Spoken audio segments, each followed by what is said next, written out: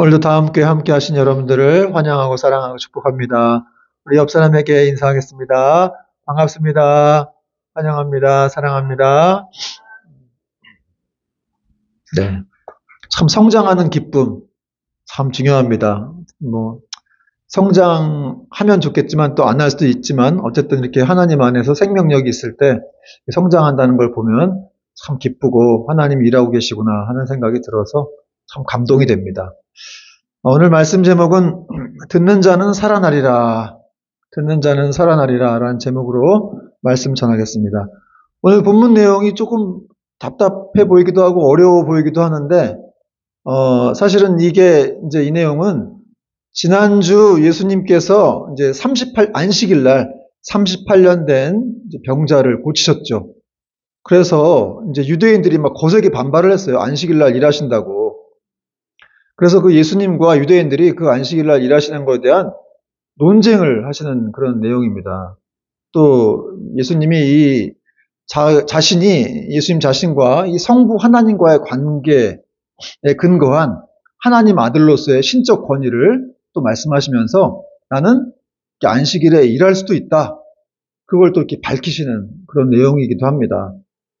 그러니까 이런 내용은 인간의 이성만으로는 조금 다 받아들이기 어려운 신비한 내용을 담고 있어가지고 좀 어렵긴 하지만 그래도 예수를 구주로 믿기 위해서는 반드시 알아야 될 내용이기 때문에 오늘 주님께서는 내가 진실로 진실로 너에게 이르노니 이렇게 좀 강조를 하셨어요. 그런 말씀으로 시작을 하십니다. 오늘 말씀을 통해서 예수님은 어떤 분이시고 또 왜 우리가 그분을 이렇게 구주로 영접을 해야 하는지 그런 사실을 또 오늘 좀 살펴보도록 하겠습니다. 먼저 19절 말씀 보니까 그러므로 예수께서 그들에게 이르시되 내가 진실로 진실로 너에게 이르노니 아들이 아버지께서 하시는 일을 보지 않고는 아무것도 스스로 할 수 없나니 아버지께서 행하시는 그것을 아들도 그와 같이 행하느니라. 이게 참 그냥 읽으면 무슨 말씀인가 싶기도 한데 대단한 말씀이에요. 사실은 예수님이 자기만 아는 그런 비밀을 말씀해 주신 거예요. 그것은 바로 자신이 하나님 아버지와 함께 계시면서 하나님이 하시는 그런 역사들, 일들을 다 보아 오셨다는 거예요. 그리고 자신은 그 본 그대로 지금도 일하고 있다. 이걸 지금 말하고 있는 거예요. 그래서 아들이 아버지께서 하시는 일을 보지 않고는 아무것도 할 수 없다. 마치 예수님이 뭔가 아무것도 할 수 없다는 것처럼 이렇게 보이기도 하지만 그게 아니라 아버지의 하는 일을 본 그대로 자기는 그대로 따라간다는 거예요. 그대로 하신다는 거예요. 여러분 세상에 있는 사람 중에 누가 하나님의 역사를 보겠어요? 하나님의 일을 본 사람이 있겠어요? 하나님이 자신의 그 구속 경륜 안에서 행하시는 바, 어떤 택하신 사람들을 위해서 어떤 계획이 있다든지 또 이 세상에 대한 계획이라든지 이런 것들을 누가 어떤 인간이 보겠어요? 그러나 예수님은 그걸 보셨다는 거죠. 그걸 보시고 지금도 보고 계시고 한마디로 하나님과 동등하신 분이다. 능력에 있어서나 어떤 지위에 있어서나 동등하신 분, 동일한 힘을 가지고 계신 분이라는 것을 말씀하고 있어요. 그래서 이렇게 그럼에도 불구하고 예수님은 이렇게 하나님이 하신 일을 그대로 보고 그 뜻대로 그대로 순종을 했다. 이런 말이에요. 그러므로 이런 선언들은 그 얘기를 듣는 유대인들 입장에서는 아니 이 사람 미쳤나? 자기가 무슨 하나님의 아들이야 어떻게 하나님의 일을 봤다 그래? 이런 식으로 막 미친 사람 취급을 했을 텐데 어쨌든 우리는 이런 말씀 속에서 예수님이 굉장한 능력을 가지신 하나님이시지만 그럼에도 불구하고 성부 하나님이 하신 일들을 그대로 그분을 의지하면서 전적으로 의지하면서 아버지가 기뻐하시는 일들을 행했다는 것을 알 수가 있어요. 그러니까 한마디로 예수님은 자기도 능력이 출중하신 분이시지만 이제 하나님 아버지의 일들을 그대로 의지하면서 따라했다. 여러분, 주님이 한마디로 예수님이 그렇게 아버지를 의지하신 거예요. 그리고 그 뜻대로 순종했다. 여러분, 예수님이 이렇게 성부 하나님 아버지를 의지하셨다면 우리는 얼마나 하나님을 의지해야 되겠습니까? 그렇죠? 그러면 왜 하나님께서는 이렇게 그 행하시는 역사들을 아들에게 다 보이신 것일까요? 이제 20절에 나와 있어요. 20절 같이 읽겠습니다. 시작. 아버지께서 아들을 사랑하사 자기가 행하시는 것을 다 아들에게 보이시고 또 그보다 더 큰 일을 보이사 너희로 놀랍게 여기게 하시리라. 아멘. 왜 보이신 거예요? 사랑하사 그랬죠. 아버지가 아들을 너무 사랑하신 거예요. 자기 일부처럼, 자신의 일부처럼 사랑하셨어요. 근데 또 사실 예수님도 그렇게 사랑받을 만한 일도 하셨죠. 그죠? 아버지를 전적으로 의지하면서 그 뜻에 순종했기 때문에 하나님 아버지는 예수님을 더 많이 사랑하신 거예요. 그냥 우리 그대로 사랑하시기도 하지만 예수님이 그렇게 순종하시고 의지하시는 분이기 때문에 더 많이 사랑하셨습니다. 또 아들을 사랑하시기에 그보다 더 큰 일을 보이시겠다고 했는데 이 더 큰 일은 바로 뭘까요? 죽은 자를 살리시는 그런 일이었습니다. 또 예수께서 이렇게 부활하시는 그런 일입니다. 21절 아버지께서 죽은 자들을 일으켜 살리심 같이 아들도 자기가 원하는 자들을 살리느니라. 여러분 사람을 죽이고 살리고 하는 일은 오직 하나님의 주권이죠. 그런데 그 엄청난 대권을 하나님께서 예수님에게도 이렇게 부여하신 거예요. 그래서 예수님도 사람을 살리는 분이라는 거예요. 죽어있는 사람을 살리는 분. 특별히 오늘 말씀 보니까 아들도 자기가 원하는 자들을 살린다 그랬어요. 이게 무슨 말일까? 이렇게 자기가 택하신 자들, 그런 자들이 죽어있다면, 영적으로 죽어있다면 그들을 살린다는 거예요. 하나님과 관계가 끊어져서 영적으로 죽은 자들에게 다시 생명을 얻게 하시는 이 새 창조를 이루시는 분이 바로 예수님이다. 이런 말씀을 하고 있습니다. 그래서 예수님이 사마리아로 가셔서 그 수가성 여인을 살리시고 또 어디 갔습니까? 갈릴리 가나로 가셔서 왕의 신하에 죽어가는 아들을 또 살려주셨고 그래서 그 신하까지 믿고 온 가족이 다 믿었죠. 그리고 또 이동하셔가지고 이 38년 된 안식일날 38년 된 병자를 또 고쳐주신 거예요. 여러분 오늘날 주님은 이렇게 당신이 원하시는 택하신 백성들을 이렇게 살려주시는 분이신 줄 우리가 믿어야 됩니다. 여전히 그분이 계속해서 우리의 생명을 살려주셔요. 우리가 이렇게 지금 살아있어갖고 이렇게 예배 드리는 것도 하나님의 은혜고 예수님이 하시는 역사고. 그러니까 이분은 이렇게 안식일에도 일하시고 또 모든 순간에도 그렇게 역사하시는 분이심을 우리가 깨달아야 됩니다. 근데 여러분 당시 유대인들은 이 창세기 2장 3절 말씀 하나님이 모든 것을 마치시고 쉬셨다. 안식하셨다라는 이 구절 때문에 유대인들은 하나님은 안식일날 쉬신다고 생각을 했어요. 그래서 안식일엔 아무것도 하지 마. 절대로 일하지 말라고 가르쳤던 것입니다. 그러나 하나님은 안식일에도 일하시고 이 사람을 구원하시려는 이 창조적인 계획을 쉼없이 이루어 가시는 분이라는 거예요. 계속해서 영적으로 죽은 자들을 살리시는 분이십니다. 유대인들과 같이 당시에는 어떤 약간 이단들인데 이 유대인처럼 생각하는 사람들이 있었어요. 하나님이 6일 동안 일하시고 7일째 이게 안식하신 다음에 그 다음엔 세상을 창조하고 난 다음엔 아무런 개입도 안 하신다. 간섭도 안 하신다. 한마디로 인간의 문제에는 신경도 안 쓴다 하는 그런 사람들이 있었어요. 그렇게 주장하는 사람들. 그러나 그들의 생각은 매우 잘못된 것이죠. 하나님은 창조 때에도 일하셨지만 지금도 계속해서 말씀으로 이 세상을 주관하고 계시고 유지하고 계시고 또 계속해서 또 구원의 역사들을 이루어 가고 계시죠. 여러분 만약에 하나님이 지금 일하시지 않는다. 그럼 우리 죽는 거예요. 그분이 일하는 걸 쉬신다. 그럼 이 세상은 유지될 수가 없어요. 여러분 하나님의 은혜와 사랑은 결코 멈춤이 없음을 믿으시기 바랍니다. 휴일이 없어요. 휴일이. 여러분 다음 주에 무슨 구정 연휴가 엄청 길더라고요. 9일인가 휴가 내면 9일까지 있던데 그때 우린 쉴 수도 있고 그래서 해외 여행도 간다 그러는데 우린 그렇게 쉬기라도 하는데 하나님은 쉼이 없어요. 그분은 우리를 위해서 계속해서 쉬지 못하십니다. 우리를 사랑하시기 때문에 그 은혜와 사랑은 계속 멈춤이 없다는 거죠. 그래서 시편 121편은 이렇게 말씀하죠. 시편 121편 3절 7절 여호와께서 너를 실족하지 아니하게 하시며 너를 지키시는 자가 졸지 아니하시리로다. 이스라엘을 지키시는 이는 졸지도 아니하시고 주무시지도 아니하시리로다. 여호와는 너를 지키시는 이시라. 여호와께서 내 오른쪽에서 내 그늘이 되시나니 낮의 해가 너를 상하지 않게 하며 밤의 달도 너를 해치지 아니하리로다. 여호와께서 너를 지켜 모든 환난을 면하게 하시며 내 영혼을 지키시리로다. 여러분 하나님은 우리가 여러 가지 문제로 고통당하는 걸 아세요. 그래서 그분은 안식이라고 해서 쉬지 못하십니다. 이 졸지도 않고 주무시지도 않는 이 하나님 때문에 우리 인생은 참 평안과 안식을 누릴 수 있습니다.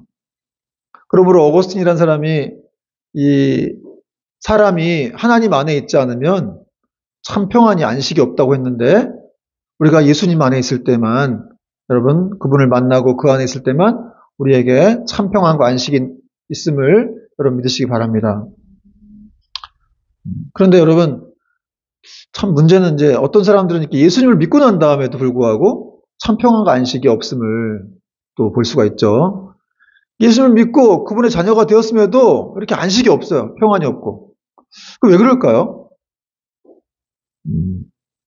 그 이유는 바로 그 예수 믿은 사람에도 불구하고 자기 힘으로 이 율법적인 유대인과 같은 신앙생활을 하려고 하기 때문이에요. 그래서 이렇게 뭔가를 막 하려고 했다가 안 되면 낙심을 막 하게 되는 거죠.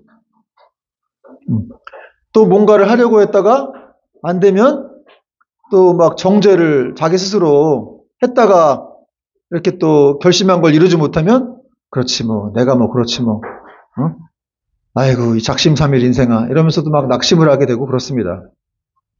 그런데 여러분 예수님을 믿는 것은 내 열심과 내 노력으로 이루는 것이 아님을 알아야 한다는 것이죠.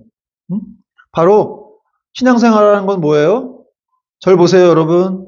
신앙생활 아주 소중한 분들이 들어오셔가지고 지금 여러분 신앙생활이라고 하는 건 바로 내 힘으로 하려는 게 아니라 예수님이 하신 그 행하신 일들 내가 다 이루었다 이렇게 말씀하신 그 말씀을 믿고 그분과 동행하는 거예요. 그분이 복음 안에서 행하신 그 모든 일들을 믿고 가는 것이 진짜 신앙생활이다. 그게 안 되면 내 열심으로 뭔가 이렇게 막 이루려고 하다 보면 너무 낙심이 되는 거예요. 안 되면 오늘도 예배 드리고 뭔가 결심을 섰는데 그래 그렇게 해보자. 근데 또 그렇게 안 돼. 또 그냥 또 포기되고 그러면 또 막 스스로를 정죄하게 되고 죄책감 속에 살아가게 되는데 여러분 복음이란 그것이 아니라는 것이죠. 복음은 이미 예수님이 모든 걸 다 하셨다는 것을 믿는 것. 여러분 우리 주님께서는 십자가에서 우리가 받아야 될 모든 저주를 다 받으셨다고 말씀하고 있죠. 그래서 아담의 타락으로 죄가 들어와서 우리에게 어떤 상처와 아픔과 염려, 두려움 그때 다 들어왔어요. 참 이 인간의 한 번의 어떤 죄가 이렇게 모든 것들 들어오게 한 거예요. 그래서 지금 우리는 두려움이 생겼고 막 걱정하고 염려가 생겼는데 예수님이 십자가에서 피를 흘리시고 사망 권세를 깨뜨리심으로 부활하고 사망 권세를 깨뜨리심으로써 이 죄 문제가 다 해결됐습니다. 그러니까 한마디로 무슨 말이냐? 아무도 우리를 정죄할 수 없게 해놓으신 거예요. 그러니까 여러분들 스스로도 여러분을 스스로 정죄하면 안 됩니다. 난 왜 이렇게 못났지? 난 왜 이렇게 믿음이 없을까? 난 왜 이렇게 다른 사람하고 저런 사람하고 다르지? 저도 그랬어요. 뭐 믿음 좋은 목사님들 보면 참 부럽더라고요. 어떻게 저렇게 한번 딱 정하면 그냥 끝까지 밀어붙이고 물론 성격도 그런 부분이 있겠지만 어떻게 이렇게 믿음이 좋을까? 막 그렇게 생각했는데 사실은 제가 복음을 몰랐어요. 제가 너무 저 자신을 이렇게 믿고서 못하는 거에 대해서 막 저 자신을 이렇게 딱 책망하고 죄책감을 가졌던 것 같아요. 근데 그게 복음이 아니거든요, 사실은. 죄를 지었다 하더라도 이미 예수님이 다 그 죄를 해결하셨기 때문에 그냥 예수님께 나가기만 하면 되는 거예요. 주님, 제가 또 잘못했군요. 죄송합니다. 주님, 저의 연약함을 아시죠? 저를 도와주세요. 여러분, 그러므로 딱 복음이라고 하는 건 예수님이 계시기 때문에 우리가 그분으로 인해서 안식을 누리고 그분 안에서 평안을 누리는 것인 줄 믿으시기 바랍니다. 그러니까 여러분, 그런 어떤 어려운 일을 있을 때 가만히 있지 말고 주님께 나아가야 돼요. 하나님, 제가 이렇게 약합니다. 참 저는 이렇게 너무나 이렇게 연약해서 늘 쓰러집니다. 그렇게 우리를 어떤 죄와 삶의 문제가 우리를 억누르고 무겁게 할 때마다 예수님께 담대히 나아가서 우리 짐을 그분께 맡겨야 된다는 것이죠. 그리고 손 털어야 돼요. 맡기면 털어야죠. 왜냐하면 주님께서 우리의 짐을 지고 가신다고 말씀하셨기 때문에 그렇습니다. 근데 그걸 못 놓는 사람이 많아요. 꼭 내가 뭘 지고 있어야 되는 것처럼. 여러분이 뭐 기도 많이 해갖고 이렇게 뭐 열심을 내갖고 구원받았습니까? 이게 믿음이 생겼어요? 그게 아니잖아요. 그냥 하나님의 은혜예요. 그 은혜 속에서 우리가 누리라고 열심히 그런 복음을 기쁘게 그 복음을 믿으며 살라고 그렇게 은혜 가운데 축복을 주셨기 때문에 여러분 우리는 그 짐을 다 주님께 맡기고 그분이 이루실 것들을 바라봐야 한다는 것이죠. 히브리서 4장 15절 16절을 말씀합니다. 우리에게 있는 제사장은 우리의 연약함을 동정하지 못하실 분이 아니요 모든 일에 우리와 똑같이 시험을 받으신 이로되 죄는 없으시니라. 그러므로 우리는 긍휼하심을 받고 때를 따라 돕는 은혜를 얻기 위하여 은혜의 보좌 앞에 담대히 나아갈 것이니라. 여러분 우리가 은혜의 보좌 앞에 나아가기 위해서 부르심을 받은 거예요. 그렇죠? 하나님 앞에 나아가기 위해 부르심을 받았기 때문에 여러분 우리가 얼마나 큰 축복을 누리고 있는 자들인지 우리의 문제를 우리가 지고 있을 필요가 없어요. 다 주님께 나가서 그분께 던져드리면 됩니다. 여러분 우리가 살면서 얼마나 고통스러울 때가 많습니까? 삶의 문제가 결코 쉽지 않은데 그럼에도 불구하고 그냥 조용히 예수님께 나아가서 우리의 마음을 들여보시면 정말 주님께서 함께 하신다는 것을 우리가 그분이 우리를 사랑하신다는 것을 아주 알게 돼요. 그러니까 뭔가를 막 하려고 하지도 말고 그냥 조용히 그분께 나아가서 우리의 마음을 들여보는 거예요. 그럴 때 정말 이렇게 주님께서 우리에게 찾아오셔서 정말 살포시 찾아오셔서 그 사랑들을 이렇게 알려주시고 은혜를 보여주시는 그런 일들을 경험하게 될 수 있습니다. 그렇게 우리가 주님의 사랑을 만나고 나면 세상이 다르게 보이죠. 그리고 더 교회도 가고 싶고 기도도 하고 싶고 사람도 만나고 싶고 또 이렇게 막 성경도 읽고 싶은 그런 마음이 생겨요. 그것이 바로 주님이 여러분을 위해서 일하시고 있다는 그런 뜻입니다. 자, 또 하나님께서는 아들 예수님에게 심판의 권한을 맡기셨다라고 또 말씀하고 있어요. 22절과 23절 말씀 보니까 아버지께서는 아무도 심판하지 아니하시고 심판을 다 아들에게 맡기셨으니 이는 모든 사람으로 아버지를 공경하는 것 같이 아들을 공경하게 하려 하심이라. 아들을 공경하지 아니하는 자는 그를 보내신 아버지도 공경하지 아니하느니라. 27절 또 인자됨으로 말미암아 심판하는 권한을 주셨느니라. 여러분 하나님께서 아들 예수님에게 심판하는 모든 권한을 위임하셨습니다.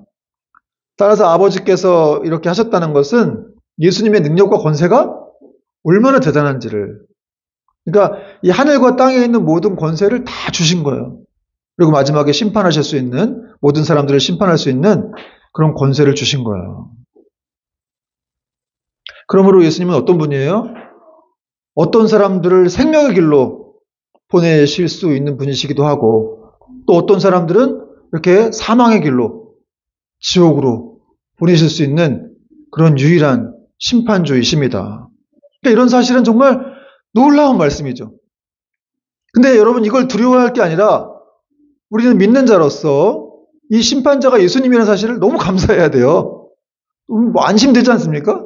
만약에 여러분 불의한 재판관 같이 이상한 사람이, 공의롭지 못한 사람이 심판관이라고 생각해봐요. 얼마나 두렵습니까?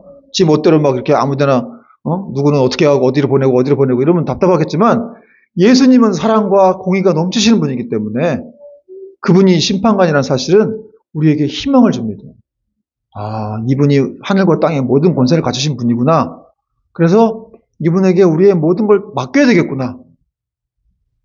그럴 때 우리는 큰 위로가 되는 것이죠. 여러분, 그러나 이 예수님이 이런 권세를 가지시고 있음에도 불구하고 오늘날 세상 사람들은 예수님을 잘 믿으려고 하지 않죠. 복음을 전해도 예수님이 구원자시고 심판주이시라는 그런 사실을 얘기해도 이 세상 사람들은 관심이 없어요. 귀찮아하기도 하고. 그래서 에이 그런 게 어딨어? 뭐 설마 하는 그런 경향을 보이죠. 근데 여러분 이것은 마치 500년 전에 유럽 사람들의 어떤 태도와도 같은데 500년 전 유럽 사람들은 어떻게 생각했어요? 자기 앞에 있는 대서양 너머는 아무것도 없다고 생각했죠.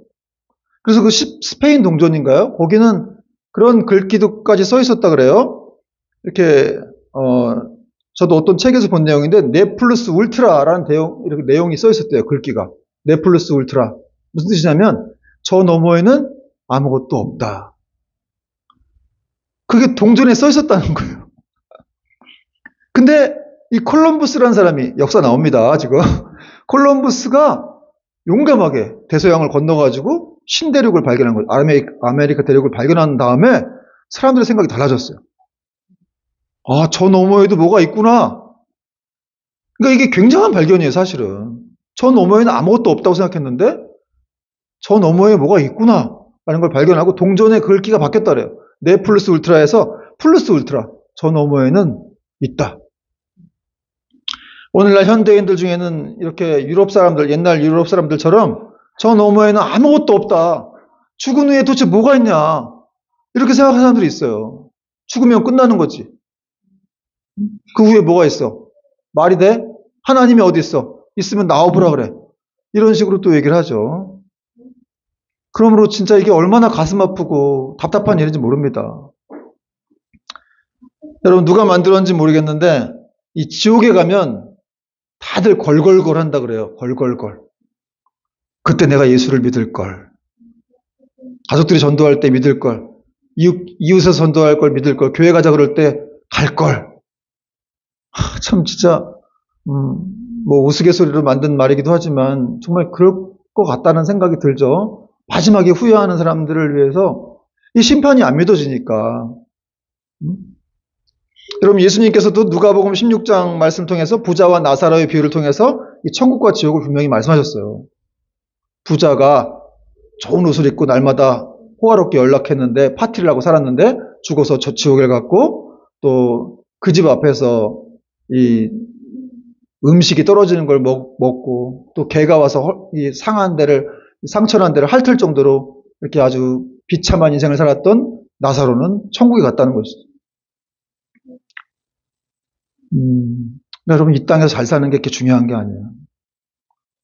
그리고 결국 그 천국에 가서 이제 지옥에 갔을 때 부자가 아브라함에게 내가 너무 고통스럽고 뜨겁고 고통스러우니까 괴로우니까 나사로를 시켜가지고 물 한 방울만 떨어뜨리게 해달라. 그런 말을 하죠. 성경에 나오죠. 그랬더니 아브라함이 여기와 거기는 어떤 큰 구렁텅이가 있어서 갈 수가 없다.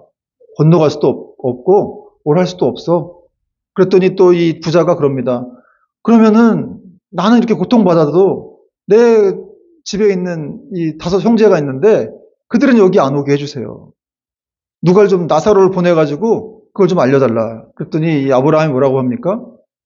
거기 선지자들이 있으니까 그 사람들 들으라. 만약에 그 사람들 말을 안 들으면 여기서 죽은 자가 살아나서 간다고 해도 믿지 않을 것이다. 여러분 이런 내용들을 보면 참 어떻게 보면 두렵죠. 분명히 우리가 죽고 난 다음에 가는 곳이 있구나.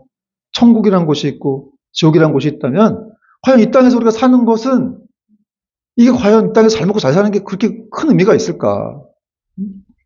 여러분 이 사실을 우리가 분명히 크리스찬으로서 믿어야 한다면 이 땅에서 가장 시급한 일은 뭡니까?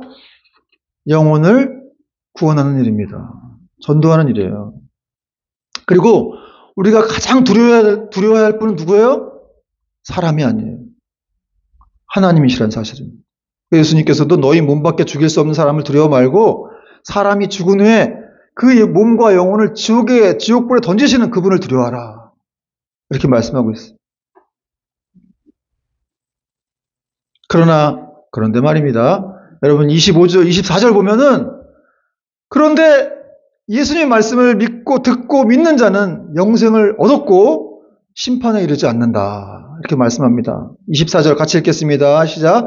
내가 진실로 진실로 너희에게 이르노니 내 말을 듣고 또 나 보내신 이를 믿는 자는 영생을 얻었고 심판에 이르지 아니하나니 사망에서 생명으로 옮겼느니라. 할렐루야. 여러분 너무 감사하고 감격스러운 말씀이죠. 예수님을 믿고 그 말씀을 듣고 믿고 있으면 그 말씀을 따르는 자들은 이미 영원한 생명을 얻었기 때문에 사망, 심판에서 생명으로 옮겨가 있다는 거예요. 이 옮겼느니라는 말씀이 이제 완료 시제로 쓰여져 있는데 이미 동작이 완료된 상태가 현재까지도 계속되고 있다는 거예요. 그럼 믿는 순간 나는 이미 영생을 얻었다는 것이죠. 그러니까 이 말은 무슨 말이냐면 예수를 믿고 난 다음에 얻는 이 부활 생명, 영생이 죽은 다음에만 얻는 것이 아니라 이미 예수를 믿는 그 순간부터 이 땅에서 우리는 그 영생을 소유하고 있다는 사실입니다. 여러분 진짜 이건 놀라운 일이에요. 우리가 이렇게 지금 살고 있지만 육체지만 우리가 부활 생명을 지금 영생을 소유하고 있다는 거예요. 그래서 그걸 누리라는 거예요. 여러분, 예수님은 천국 가야만 만나야 될 분이 아니라 지금 우리 안에 계심을 믿고 여러분이 분명히 담대하고 기쁘게 살아야 돼요.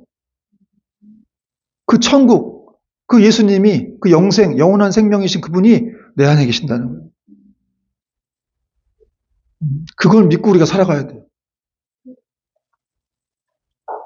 그러나 우리 삶에는 종종 기쁨과 감격보다는 슬픔과 아픔이 다가올 때도 있죠. 왜냐하면 여러 가지 이제 삶의 문제로 우리가 낙심되고 또 걱정이 될 때가 있기 때문에 그렇습니다.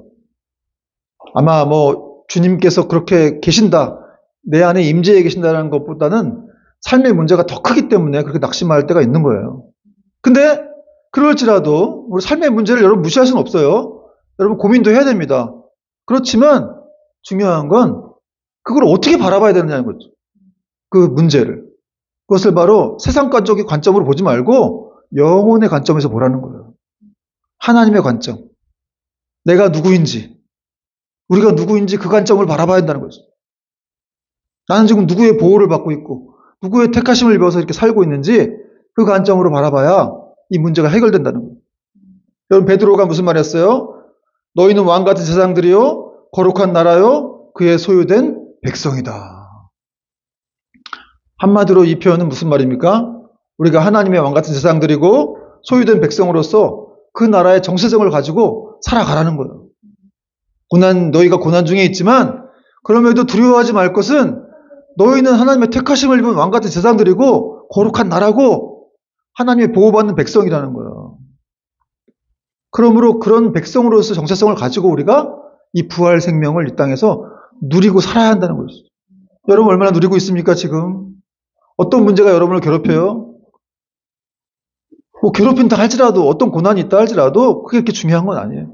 우리가 그 부활 생명, 영원한 생명을 가진 자로서의 삶을 살아가고 있기 때문에. 그러니까 사실 우리는 지금 극단적으로 얘기해서 지금 죽어도 우리는 천국이에요. 돈이 없어서 굶어 죽는다? 더 좋아? 그럼 천국입니다. 요즘 제가 자꾸 굶고 있기 때문에 이렇게 굶는 얘기를 자꾸 이렇게 하고 있는데, 제가 요즘에 좀 몸을 좀 이렇게 건강을 위해서 많이 굶고 있어요. 맨날 이렇게 풀만 먹고 있어가지고 염소도 아니고 제가 이렇게 맨날 풀을 이렇게 많이 먹고 있는데 제 아내에게 감사드립니다. 잘 챙겨주셔가지고.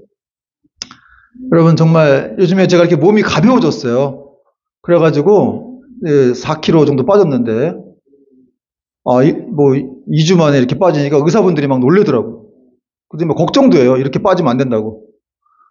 그러면서 이걸 평생을 이렇게 할 건데 이거 갑자기 이렇게 빼면 어떡하냐. 나중에 요요 현상이 올 수도 있다. 막 이러면서 생각해보니까 내가 이렇게 평생이 길지도 않은데 이걸 평생을 할 건데 이거 할 수 있냐 막 이렇게 얘기를 하셔서 제가 뭔가를 좀 얘기를 더 해드리고 싶었는데 그냥 말았어요. 아무튼 제가 이제 좀 전도하려고 생각하는 그런 의사분인데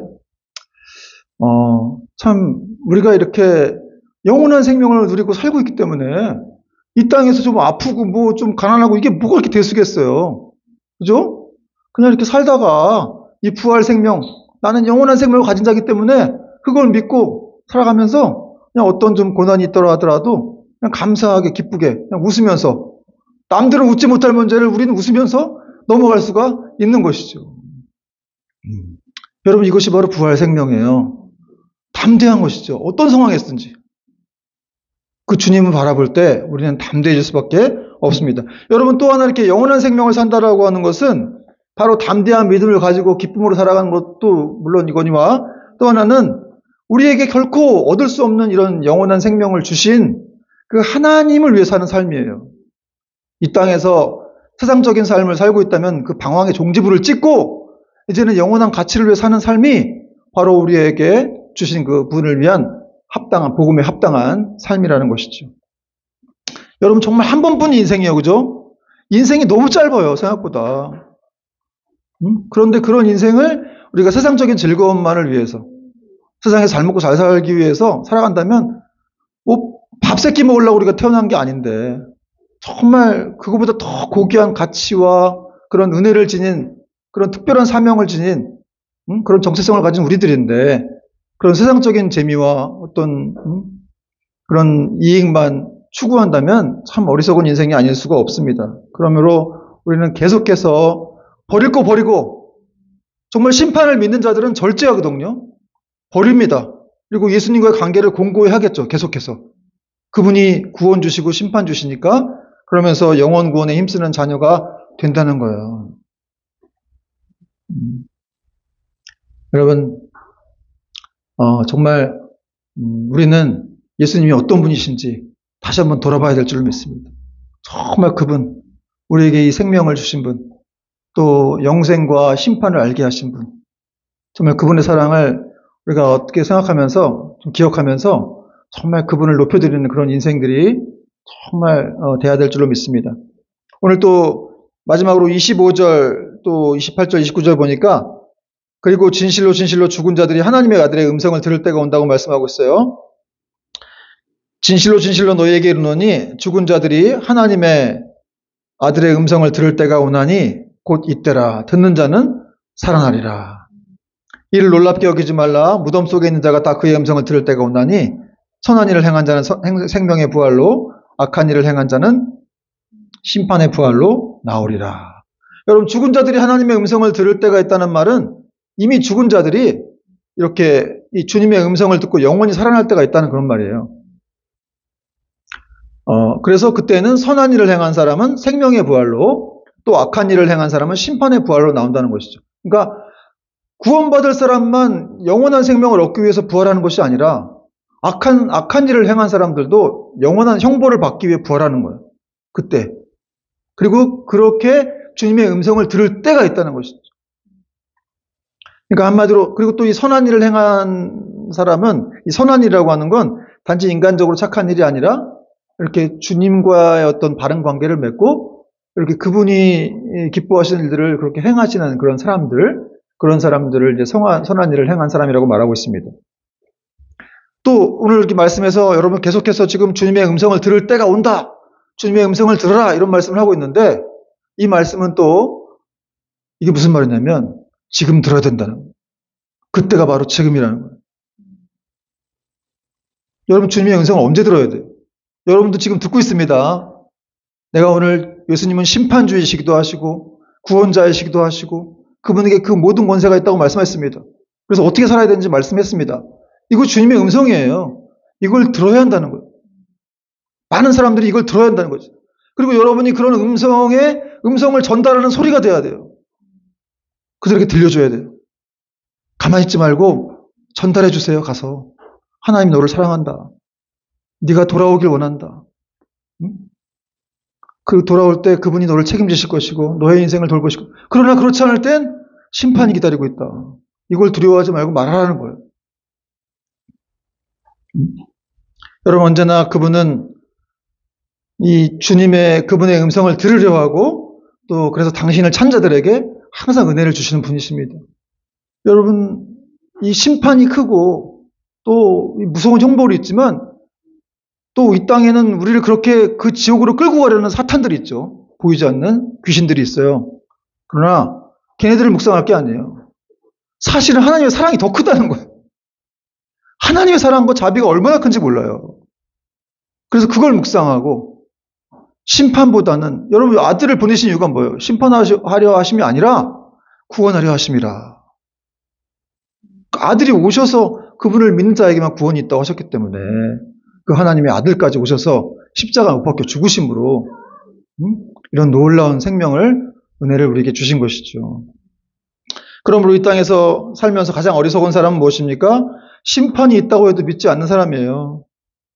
정말 그래서 죽음과 심판을 두려워하지 않고 이 허망한 욕망과 쾌락을 위해서 평생 살다가 관 속에 들어가가지고 그때 후회하는 사람, 너무너무 가슴 아픈 일입니다. 여러분, 그러기 전에 우리가 먼저 예수님의 소리가 돼서 정말 그 사랑을 전해야 될 줄로 믿습니다. 여러분, 이 세상에서 가장 축복된 사랑은 복음 증거예요. 예수님을 알게 해주는 것입니다. 여러분, 세상 사람들 뭐라고 할 필요 없어요. 그 사람들이 예수 믿고 제대로 변화가 되면 다 정말 성스러운 사람들로 다 변화가 됩니다. 사랑하는 여러분, 우리에게 영생이 있다는 것과 심판이 있다는 것을 알게 하신 하나님을 찬양합시다. 그분께 감사드립시다. 또 진리의 말씀을 이렇게 듣고 우리가 이해할 수 있도록 도우시고 또 그 말씀을 따라 살도록 은혜를 주신 하나님께 감사드려야 돼요.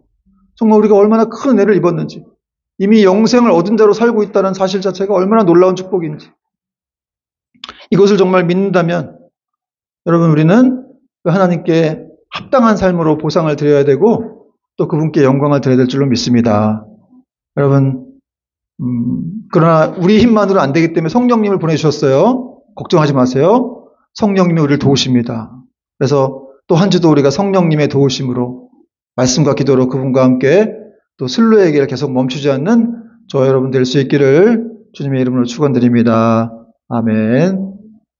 찬양하겠습니다.